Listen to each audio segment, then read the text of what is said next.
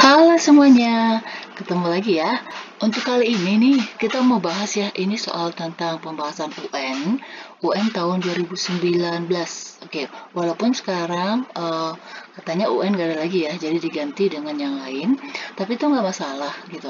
Jadi gimana ya, kita belajar ini, kan teman-teman kan pelajaran SNPTN nih, atau nanti kan bakalan ada juga yang namanya ujian sekolah untuk menentukan kelulusan teman-teman semuanya. Jadi nggak masalah kita belajar yang namanya tentang soal-soal UN, toh juga nanti nggak jauh beda dengan soal-soal sebelumnya. Karena ini kan juga materi kimianya. Oke, untuk soal yang pertama nih, perhatikan gambar dan beberapa pernyataan tentang model atom berikut. Oke, sebelumnya, sebelum tahu tentang pernyataan ini, teman-teman harus tahu dulu ini model atomnya siapa, kayak gitu. Karena kan model atom itu ada 5 ya. Yang pertama itu ada model atomnya, yang model atom Bohr, gitu ya. Model atom Dalton yaitu yang bentuknya kayak gini, yang paling sederhana gitu. Kita terus di bawah aja ya, di sini aja. Yang paling sederhana ya kan dia cuma bulatan gini aja, ya kan? Ini model atomnya Dalton. Oke, jadi dia merupakan bola pejal. Sedangkan kalau yang kedua itu adalah sorry ya kali ini nggak bulat. Oke, jadi dia bola pejal, tetapi di permukaannya itu ada elektron, kayak gini. Oke, jadi ada elektron. Jadi katanya bahwa atom itu dia bermuatan positif dan di permukaannya itu terdapat elektron, gitu. Jadi ini adalah model atomnya Thomson. Oke, teman pasti ingat kan? Kalau model atom Thomson itu kan sering disebut bahwa dia itu adalah model atomnya roti-kismis, gitu ya. Oke, roti-kismis di mana yang rotinya ini dia adalah bermuatan positifnya, sedangkan kalau kismis ini adalah yang elektronnya, kayak gitu. Oke, terus selanjutnya yaitu yang ketiga ya. Yang ketiga itu adalah model atomnya Rutherford yang bentuknya seperti ini. Nanti untuk lebih bagusnya teman-teman lihat lagi di gambar ya. Nah, ini kasatnya aja bentuknya kayak gini. Terus ini punya Rutherford. Oke, jadi kalau Rutherford itu dia mengatakan bahwa atom itu kan terdiri dari bola pejal nih, sama-sama bola pejal yang bermuatan positif dan sudah dikelilingi elektron. Kalau ini kan masih terdapat di permukaan nih. Kalau ini dia udah dikelilingi elektron yang bermuatan negatif katanya. Terus selanjutnya disusul oleh yang namanya model atom Bohr. Nah, yang ini. Yang ini adalah punyanya atom Bohr. Oke, Bohr ini dia melakukan percobaan karena untuk menjawab kelemahan dari model atom Rutherford. Gini. Jadi Rutherford itu kan dia tidak dapat menjelaskan ya kenapa elektron nih kan ada elektron di sini tadi. Katanya elektron itu dia mengitari ya. Kenapa elektron dia tidak dapat menjelaskan kenapa elektron itu tidak tersedot jatuh ke dalam intinya ini, kayak gitu ya, saat mengintari intinya. Karena kalau dihubungkan dengan teori fisikanya ya, fisika klasik, dia mengatakan bahwa ini elektron yang mengintari inti atom itu akan memancarkan energinya. Jadi dia memutar sini, dia akan memancarkan energinya, sehingga lama-kelamaan elektron itu akan jatuh ke inti karena energinya itu semakin berkurang, kayak gitu. Tetapi kenyataannya enggak. Nah, ini yang tidak bisa dijelaskan oleh Rutherford sehingga dilanjutkan oleh Bohr, kayak gitu ya. Jadi ini model atomnya Bohr, tetapi yang diminta di sini ini adalah malah kelemahannya. Oke, kita lihat dulu nih keunggulannya apa, ya kan? Jangan kelemahan langsung keunggulannya dulu. Dari kalau metode model atomnya ini, dia mengatakan bahwa gini. Jadi dia menemukan ini ada inti, oke? Dan ini yang garis yang ini merupakan tingkat energi nih, ya kan? Ini adalah tingkat energi dan tingkat energi ini disebut dengan kulit atom. Oke, ini yang disebut dengan kulit atom. Jadi nih teman-teman kan udah belajar nih yang ada konfigurasi elektron, ada yang kulit, ada yang subkulit, yang kayak gitu. Kalau yang kulit itu, yang konfigurasinya itu yang ini, yang 2, 8, 8, berapa, kayak gitu. Nah, itu dia konfigurasi kulit, berarti itu berdasarkan model atomnya Bohr. Kayak gitu ya. Terus, dia mengatakan tadi ya, bahwa tingkat energi itu kan adalah kulitnya. mengatakan ini bahwa elektron, di sini kan ada elektron nih, sini ada elektron, oke. Jadi elektron itu mengelilingi inti pada orbitnya, jadi mengelilingi inti itu pada tingkatan energi tertentu dan energinya tetap, jadi stasioner gitu. Terus jika elektron, jadi tadi kan ada elektron nih, elektron. Jadi jika elektron itu dia berpindah ke tingkat ke jari-jari yang lainnya atau ke tingkat energi yang lainnya, bisa gitu. Jadi kalau dia berpindah nih, ini kan yang paling rendah ya, tingkat energi paling rendah. Jadi dia bisa pindah ke tingkat energi yang lebih tinggi ke sini. Oke, atau dari sini ke sini. Oke. Jadi saat elektron itu pindah dari tingkat energi terendah ke tingkat energi yang lebih tinggi, dia itu akan menyerap energi. Oke, akan menyerap energinya. Dan ini disebut dengan keadaan, teman-teman lihat nggak? Ini nama keadaan apa? Nah, ini namanya keadaan tereksitasi. Oke, jadi keadaan tereksitasi. Jadi pada saat dia menyerap energi, dia akan naik ke tingkat energi yang paling tinggi, dan saat energinya ini dia udah mulai habis, gitu ya, bahwa baru energinya itu udah kurang, jadi dia akan balik lagi ke tingkat energinya kembali. Oke, jadi pada saat dia kembali ke tingkat energinya ini, itu dia akan melepaskan yang namanya suatu sinar. Oke, ini adalah konsep untuk pembuatan kembang api gitu. Jadi kembang api itu pada saat dia tereksitasi, dia akan menyerap energinya, makanya kan kita kasih panas ya. Jadi pada saat energinya itu habis, dia akan balik lagi, dan pada saat itu dia akan memancarkan sinar, makanya timbul warna pada kembang api kayak gitu ya. Jadi kita mau lihat nih kelemahannya. Kelemahannya itu, oke. Jadi untuk menjelaskan tadi teorinya ini ya, dia melakukan yaitu dengan menjelaskannya dengan spektrum atom hidrogen. Oke. Jadi dia menjelaskannya dengan menggunakan spektrum atom hidrogen ya. Oke, jadi kalau misalnya di sini dibuat nomor 1 tidak dapat menjelaskan spektrum atom hidrogen, jelas salah. Karena dia menjelaskan kelemahannya itu yaitu dengan menggunakan spektrum atom hidrogen. Oke, kalau yang kedua tidak dapat menerangkan pengaruh medan magnet terhadap spektrum atom. Oke, ini benar ya. Jadi dia nggak bisa menjelaskan nih apa pengaruh medan magnetnya. Ini kan positif ya. Ini elektron kayak gitu. Jadi dia nggak bisa menjelaskan pengaruh medan magnetnya terhadap spektrum atom hidrogen ini. Kalau yang ketiga, tidak dapat menjelaskan tingkat energi. Oh, dia malah bisa ya. Jadi dia malah menemukan tingkat energinya. Jadi ditemukan ada tingkatan-tingkatan energi. Yang keempat, tidak dapat menerangkan struktur atom berelektron banyak. Benar. Oke, jadi kelemahannya dia itu dia nggak bisa jelasin kalau misalnya elektronnya banyak. Kenapa? Karena yang dijelaskannya itu adalah cuma atom hidrogen.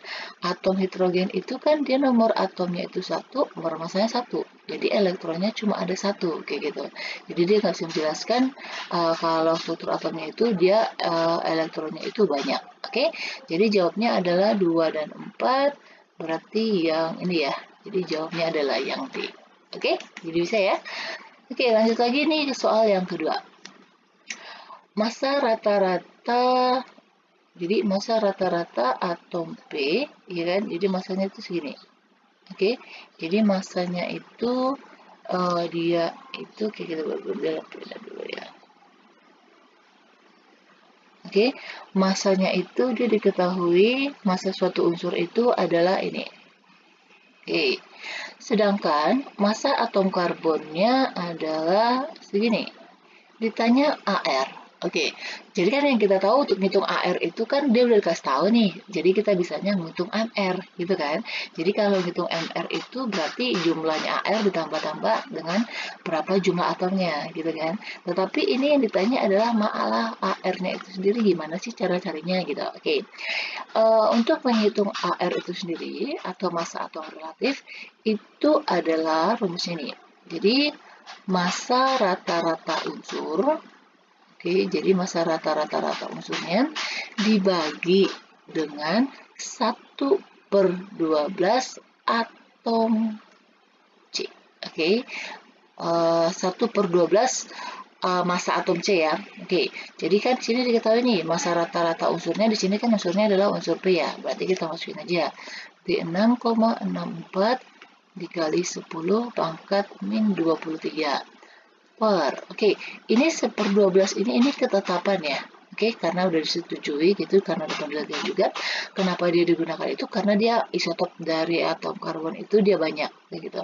Jadi atom C ini di sini ketahui masanya adalah 1,992 dikali 10 pangkat min 23. Oke, di sini dia nggak perlukan hasil penghitungannya ya, cuma gini doang. Berarti ini jawabnya yang mana? Yang benarnya. 6,64 berarti jawabnya yang C ya, yang ini. Oke, gampang ya. Jadi teman-teman cuma perlu ingat aja rumusnya yang ini. Ingat 1/12 bukan 1/2 ya.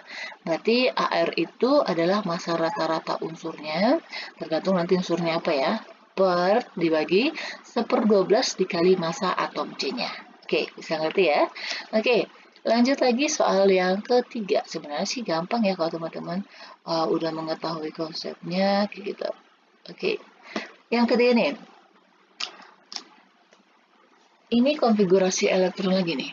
Jadi perhatikan notasinya, notasi unsurnya, terus konfigurasi elektronnya, dan juga letaknya dalam tabel periodik gitu. Data yang tepat ditunjukkan oleh unsur yang berbeda. Oke, sebelumnya nih teman-teman ingat lagi dong yang ini. Yang simbolnya X, ini kan Z, A. Oke, A ini apa? Teman-teman lihat nggak? A, oke. A ini adalah nomor massa. Ya kan, massa atomnya. Dan ini itu adalah hasil penjumlahan dari proton ditambah neutron. Sedangkan kalau Z ini adalah kan nomor atom ya. Ya kan, teman-teman lihat ya. Ini nomor atom. Nomor atom ini menunjukkan jumlah proton itu sama dengan jumlah elektronnya. Oke, sekarang kita eliminasi dulu nih yang nggak cocok ya. Yang ini yang K katanya K3580. Protonnya katanya 80. Jelas salah ya. Protonnya seharusnya 35. Oke, jadi ini udah salah. Ini L1224. Oke, protonnya katanya 12. Oke, udah benar. Neutronnya 24. Jelas salah. Karena neutronnya kan diperoleh dari A itu kan nomor 24 ya. Jadi A itu kan P tambah N. Berarti N-nya itu dia 24 dikurang 12. Seharusnya 12. Oke. Yang ini salah. Eliminasi lagi. Kalau yang M, oke, M di sini ini 30, ini 65. Nomor protonnya jumlah protonnya katanya 5. Oh, sudah jelas salah ya, kebalik ya. Seharusnya dia 30. Oke. Nah, ini juga salah, eliminasi lagi gitu. Jadi sebelum teman-teman masuk ke sini, yang ininya dieliminasi dulu, kayak gitu. Terus coba yang D. Yang D itu adalah yang N. Ini 18, ini 40, ya kan? Di sini katanya protonnya itu adalah 18. Oke, yang ini berarti benar ya. Terus neutronnya adalah 22. Benar nggak? Oke, ini dia. Untuk ngitungnya kan yang ini 40 ini kan A-nya, ya kan? Berarti kan tadi A itu sama dengan P ditambah N, begitu.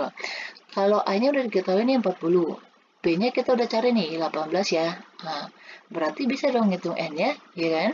Berarti N-nya sama dengan 22. Oke, berarti kita cek dulu. Ini benar, ini benar. Oke, sekarang kita buat konfigurasinya. Konfigurasinya kan dia ini, ingat ya, buat konfigurasi itu yang kita gunakan adalah nomor atom. Karena nomor atom itu menunjukkan jumlah elektronnya, ya kan? Namanya juga konfigurasi elektron. Berarti penyebaran elektron pada kulit-kulitnya atau pada subkulitnya, kayak gitu. Jadi yang kita gunakan jumlahnya ini, oke. Di sini dia udah pakai penyingkatan ya. Ini teman-teman harus tahu nih. Dia kan menggunakan neon, argon. Teman-teman harus tahu neon itu nomor atomnya berapa, argon nomor atomnya berapa, kayak gitu. Jadi kalau bisa nih teman-teman tahu konfigurasi nomor atom untuk yang golongan 8, kayak gitu. Karena dia kayak gini nih penyingkatan ya. Jadi neon itu nomor atomnya 10, kalau dia argon itu nomor atomnya 18. Oke. Ini dia adalah 18, berarti yang paling dekat itu yang memenuhi adalah neon ya. Kalau kita pakai 18 berarti dia jelas salah, ya kan, dari sininya. Berarti ini penyingkatan neon dulu. Oke, neon itu kan dia pada periode kedua ya. periode kedua berarti lanjut ke 3. Makanya ini ada 3s. Oke, ini 210, ini 3s2. Setelah 3s apa? 3p6. Good. Jadi kita buat orbitalnya. S itu kan nilainya 0 ya, berarti kotaknya ada 1. Kalau P itu kan nilainya 1, berarti kotaknya ada 3. Ada 3 ya. Oke, jadi kalau dia ada 3, berarti dari min 1, 0 plus 1. Kalau ini kan cuma nilainya 0 aja. Terus kita isi nih orbitalnya. Ini ada 2 ya. Ingat pengisiannya itu harus dia berlawanan arah ya, spinnya ya.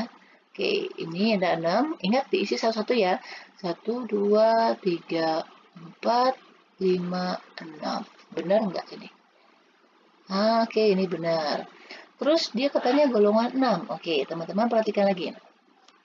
Dia kan ada 3 nih. Kalau terakhirnya S, terakhirnya S tambah P, dan terakhirnya S ditambah D gitu. Kalau dia terakhirnya S, berarti ini golongan 1 sampai golongan 2A. Kalau dia S tambah P, berarti yang terakhirnya S sama P ya. Ini dijumlahin, ini adalah golongan 3 sampai golongan 8A. Sedangkan kalau S sama D, ini adalah golongan B. Oke, jadi perhatikan kalau terluarnya adalah SD, berarti itu adalah grup B. Ini karena terluarnya adalah subkulitnya S sama P, berarti kita jumlahkan yang di atas. Ini adalah menunjukkan golongannya. Berarti dia golongan 8, dan apakah dia A atau B, yaitu dia terakhirnya S sama P, berarti dia A. Oke, jadi golongannya 8A, benar. Periodenya, oke. Kalau untuk menentukan periode, lihat angka yang paling besar di depan subkulitnya. Berarti 3, ya kan? Berarti ini udah benar. Oke, gitu ya. Jadi jawabnya adalah yang D. Jadi teman-teman kalau misalnya kayak gini, jawabnya eliminasi dulu nih, kayak gini tadi. Jadi nggak perlu buat yang ini juga banyak-banyak. Gitu. Oke, kita lanjut soal yang keempat. Ini konfigurasi elektron lagi ya. Jadi konfigurasi elektronnya, kita buat punya dulu ya, bisa tulis. Oke, nih. Unsur Y termasuk adalah unsur transisi. Unsur transisi itu teman-teman pasti tahu dong, itu adalah yang berada pada grup B. Oke. Konfigurasi elektron untuk Y. Oke, kalau yang ini teman-teman saya yakin teman-teman udah bisa nih, ya kan?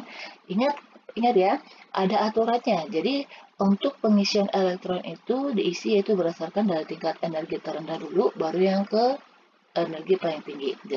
Jadi ini dia mintanya adalah Y 24 ya kan. Berarti ini 1S2, 2S2, 2P6 ya kan. 3S2, 3P berapa ya? 3P6, 4S2. Ini udah berapa? Ini kan 10. Ini ke sini 10, berarti udah 20. Berarti sisanya setelah 4S ini adalah 3D. Berapa? Sisanya berarti 4 ya. Oke. Ini dia berdasarkan tingkat energinya ya. Jadi 4S dulu, baru 3D. Karena tingkat energi 4S itu dia lebih rendah daripada 3D. Meskipun 4S itu dia masih berada di kulit terluar dibandingkan 3D-nya. Kayak gitu. Oke. Jadi di terakhirnya ini, ada nggak jawabnya? Oh, ada. Yang A. Tetapi, ada tetapinya nih. Tetapinya gini. Jadi ada elektron itu dia memiliki kestabilannya. Kestabilannya yaitu jika berada pada keadaan setengah penuh atau penuh, gitu ya. Ingat S itu dia maksimalnya 2. Kalau D itu dia maksimalnya ada 10. Oke, di sini dia 4. Nah, setengah dari 10 kan 5. Berarti ini tidak setengah penuh dan juga bukan penuh. Oke kan? Berarti ini kurang stabil. Sedangkan ininya dia penuh. Oke. Jadi kita jadikan ini penuh sama setengah penuh. Oke gitu loh. Pokoknya yang stabilnya itu dia setengah penuh atau penuh. Oke. Caranya gimana? Elektron yang ada pada 4S ini diberikan satu ke D-nya. Jadi nggak berarti elektronnya itu hilang ya, bukan. Jadi dia mengalami dari 4S berarti ke 3D ya. Berarti ini jadinya itu adalah dari 4S1 menjadi 3D5. Oke, ini yang paling stabilnya. Ada nggak jawabnya? Oke, ini dia 10 tetap ya. Ini kan 8 tambah 6. Tetap 24 jumlahnya. Oke, berarti jawabnya itu adalah yang B. Oke, bisa ya. Jadi teman-teman perhatikan, yang untuk kestabilan yang seperti ini, apakah dia penuh setengah penuh, itu cuma berlaku kalau untuk S sama D, suku elektrolitnya. Jadi kalau misalnya nanti keluarnya itu adalah S sama P, kayak itu enggak ya. Jadi untuk yang ini dan untuk yang transisi juga. Karena kan di sini udah jelas-jelas nih, dia ngomong bahwa ini adalah unsur transisi. Kayak gitu. Oke, lanjut lagi soal yang kelima. Oke, nih. Proses industri pembuatan amonia, ya kan?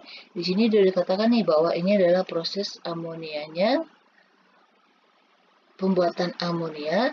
Jadi kita buat dulu nih antara gas nitrogen. Di sini kan diketahui nih bahwa gas nitrogen sama hidrogen dan persamaan reaksinya itu udah ada nih.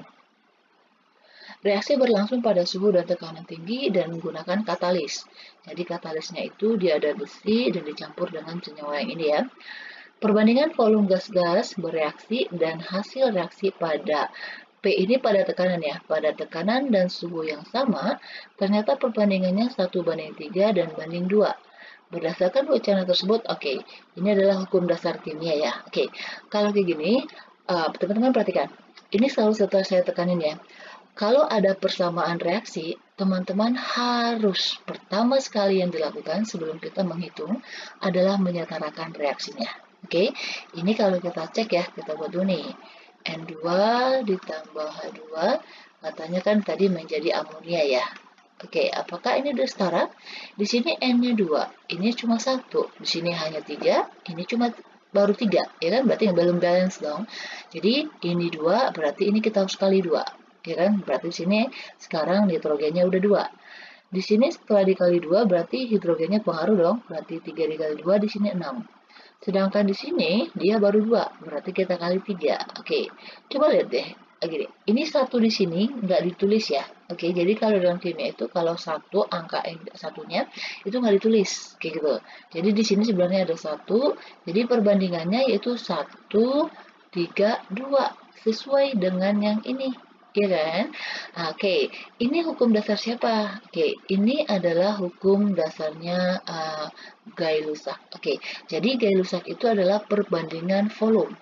Jadi volumenya itu bisa dibandingkan, bisa dijadikan sebagai koefisiennya. Oke, jadi perbandingan volume gas-gas itu dan hasil reaksinya itu bisa dilihat dari perbandingan koefisien dari persamaan reaksinya. Makanya teman-teman harus setarain reaksinya dulu terlebih dahulu, kayak gitu ya. Kalau hukum Dalton, ini bukan ya, hukum Dalton itu adalah dia itu adalah perbandingan berganda.